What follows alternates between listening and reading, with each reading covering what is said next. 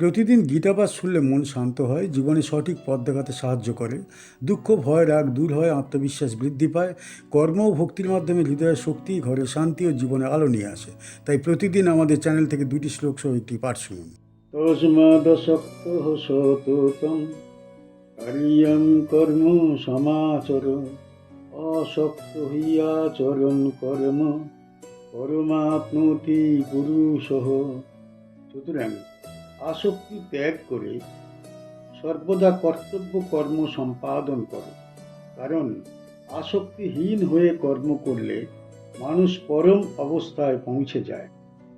তসমাৎ মানে সুতরাং, অসক্ত মানে আসক্তিহীন, সততম মানে সর্বদা, কার্যম মানে কর্তব্য, কর্ম মানে কাজ, সমাচর মানে সম্পাদন করো, হি মানে অবশ্যই, আচরণ মানে আচরণ করলে, পুরুষ মানে মানুষ, পরম মানে পরম লক্ষ্য বা মুক্তি, আপনতি মানে লাভ করে বা অর্জন করে। এই শ্লোক কর্মযোগের হৃদয়স্থ শিক্ষা প্রকাশ করে। এখানে শ্রীকৃষ্ণ অর্জুনকে বলছেন, কর্ম থেকে পালিয়ে নয়, কর্মের মধ্যেই মুক্তির পথ, তবে সেই কর্ম হতে হবে আসক্তিহীন।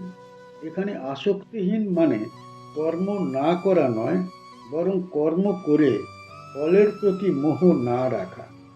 যদি মানুষ ফলের আকাঙ্ক্ষায় কর্ম করে, তবে সেই আকাঙ্ক্ষা তাকে দুঃখের দিকে ঠেলে দেয়, কারণ ফল সর্বদা অনিশ্চিত এবং পরিবর্তনশীল।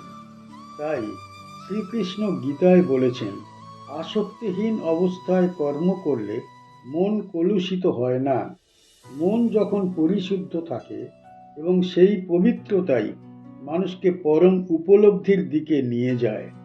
গীতা বলছে, কর্ম করতেই হবে, কারণ কর্ম মানব জীবনের স্বাভাবিক প্রবাহ। মানুষ কর্ম থেকে মুক্ত নয়, কিন্তু কর্মফল আসক্তি থেকে মুক্ত হওয়া প্রকৃত মুক্তি। এই অবস্থায় মানুষ কর্মের দাস নয়, বরং কর্ম তার কাছে উপাসনার রূপ লাভ করে। কর্ম তখন সংসারের বন্ধনে না বেঁধে মুক্তির পথ তৈরি করে। এই শ্লোকে পরমাপ্নতি শব্দটি বিশেষ গুরুত্বপূর্ণ। এর দ্বারা বোঝানো হয়েছে পরম জ্ঞান, পরম শান্তি, পরম আত্মপ্রকাশ। অর্থাৎ আসক্তিহীন কর্ম মানুষের জীবনে ঈশ্বরীয় উপলব্ধির পথ খুলে দেয়। অর্জুন যুদ্ধ করতে দ্বিধা করছিলেন। তিনি মনে করছিলেন, কর্ম করলে পাপ হবে, না করলে শান্তি পাবে। এই বিভ্রান্তি দূর করতে শ্রীকৃষ্ণ বুঝিয়ে দিচ্ছেন, কর্ম না করা শান্তির পথ নয়, কর্মফল আসক্তি দুঃখের মূল। তাই কৃষ্ণ কর্ম ত্যাগ করতে বলছেন না, বরং কর্মে স্থিতভাবে থাকতে বলছেন, কিন্তু আসক্তিহীন হয়ে। গীতার সকল অধ্যায়ে কর্মযোগের এই শিক্ষা প্রধান স্থানে রয়েছে। সংসারে থেকে সাংসারিক কর্ম করে, পরিবার ও সমাজে কর্তব্য পালন করেও মানুষ পরম আত্মশান্তিতে পৌঁছাতে পারে, যদি কর্মফল আসক্তি না থাকে। কি শিখতে পারি এই শ্লোক থেকে? মানুষকে তার কর্তব্য করতে হবে। কর্ম ছাড়া জীবন স্থবির ও অসম্পূর্ণ। কর্মফলের প্রতি আসক্তি দুঃখের মূল। যত বেশি আশা, তত বেশি আসক্তি। আসক্তিহীন কর্ম সত্য ধর্ম। কর্ম তখন পুণ্য, শান্তি ও স্থিতির পথ হয়ে ওঠে। সংসারে থেকেও মুক্ত হওয়া যায়। মুক্তির জন্যে কাজ ছাড়তে হয় না, ফলে আসক্তি ছাড়তে হয়। পরম অবস্থায় পৌঁছানোর পথ কর্মেই। নিষ্কাম কর্ম মানুষকে সত্য জ্ঞান ও আত্মিক উন্নতিতে উন্নীত করে। কর্ম নৈব হি সংসিদ্ধি আস্থিতা জনপদয়ঃ, লোক সংগ্রহ মে বাপি সম্পশ্যন কর্তুমর্হসি। জনক প্রভৃতি মহাত্মাগণ কর্মের মাধ্যমেই সংসিদ্ধি বা পরম সিদ্ধি লাভ করেছিলেন। তাই তুমি লোক সংগ্রহ অর্থাৎ লোকের মঙ্গল ও পথ প্রদর্শনের কথা ভেবে কর্ম করবে। কর্ম না মানে কর্মের দ্বারা, এব অর্থাৎ ই মানে অবশ্যই, সংসিদ্ধিন মানে পরম সিদ্ধি বা পরিপূর্ণতা, আস্থিতা মানে অর্জন করেছিলেন জনক আদয়, রাজা জনক ও অন্যান্য মহাত্মাগণ। লোক সংগ্রহ মানে লোকের মঙ্গল, লোকের কল্যাণ, সমাজের স্থিতি, এব অর্থাৎ অপি মানে এমনকি, সংপর্শন মানে বিবেচনা করে বা লক্ষ্য রেখে, কর্তুম মানে করা, অরসি অর্থাৎ তোমার করণীয়। এই শ্লোক কর্মযোগের সর্বোচ্চ সত্য ঘোষণা করে। এখানে কৃষ্ণ অর্জুনকে বোঝাচ্ছেন মুক্তি, সিদ্ধি, জ্ঞান, শান্তি এসব কোনো অলসতা, পরিত্যাগ বা জগৎ থেকে পালিয়ে যাওয়া যায় না।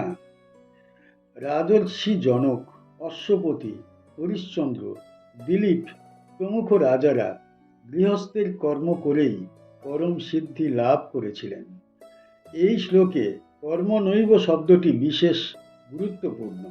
এর অর্থ কর্মই একমাত্র পথ, কর্মই সত্য, কর্মই ধর্ম। তবে সেই কর্ম হতে হবে আসক্তিহীন, ন্যায়পূর্ণ এবং লোকমঙ্গলের জন্য নিবেদিত। লোকসংগ্রহ শব্দটির শিক্ষা অত্যন্ত মূল্যবান। এর অর্থ শুধু সমাজকে রক্ষা নয়, সমাজকে সঠিক পথে স্থাপন করা, মানুষের মনে ধর্ম, সত্য, শুদ্ধ আচরণের প্রেরণা সৃষ্টি করা। যে নেতা বা জ্ঞানী মানুষ কর্ম না করে বসে থাকে, সমাজ তাকে অনুসরণ করে না। তাই মহাপুরুষরা কর্ম করে উদাহরণ স্থাপন করেন। শ্রীকৃষ্ণ অর্জুনকে বলছেন, তুমি শুধু নিজের মুক্তির চিন্তা করো না, বৃহত্তর সমাজের কল্যাণ, মানুষের পথ নির্দেশ, ধর্মের স্থিতি এসবও বিবেচনা করো। একজন উচ্চচিত্ত মানুষ শুধু নিজের জন্য নয়, সকলের জন্যই কাজ করে। এই নিঃস্বার্থ বোধ কর্মকে পরম পবিত্র করে তোলে। অর্জুন যুদ্ধ না করার উপদেশ চাইছিলেন। তিনি ভাবছিলেন যুদ্ধ করলে পাপ হবে, না করলে পুণ্য পাওয়া যাবে। শ্রীকৃষ্ণ এই ধারণা ভেঙে দিচ্ছেন।